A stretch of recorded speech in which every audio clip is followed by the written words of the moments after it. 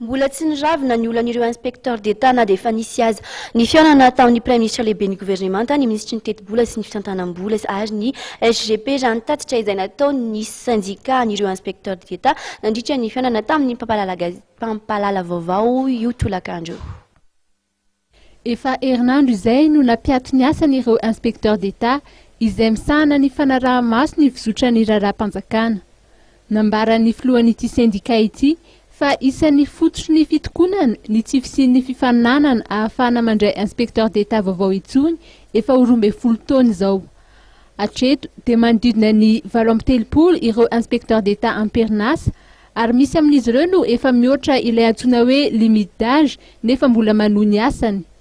Voalazan'izy ireo fa misy mitetika samihafa natao mba hanafoanana tsikelikely ny inspecteur d'État. Isan'ny fitakian'izy ireo ny fanatsarana ny tontolon'ny asan'izy ireo.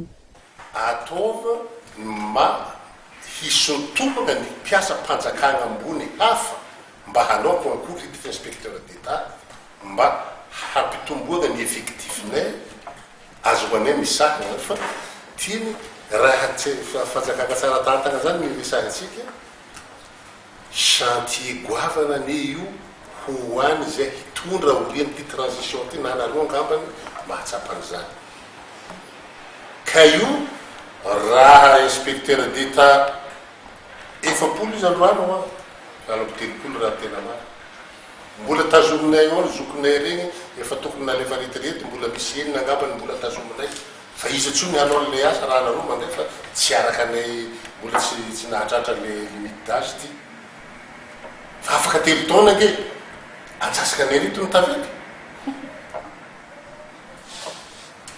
ho tsara tantany.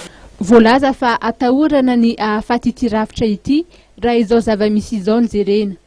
Nambaran'ireo tompon'andraikitra eo anivon'ny syndicat ny mahazava-dehibe ny fametrahana fanjakana tsara tantana sy tandalana ary manana anjara toerana lehibe sahana amin'izany izy ireo. Tsy ho hisy mihitsy anefa izany fanjakana tsara tantana izany raha tsy misy ny fanaraha-maso. Somary misy fifanoherana ihany ny zava-mitranga eto amin'ny firenena raha ny voalazan'ireo inspecteur d'État satria irairaina ny hoe tany tandalana sy fanjakana tsara tantana nefa tsy omedanja ireo izay miandraikitra ny fisafona mifanaraka amin'izany ka ilaina fanovana na aménagement izany.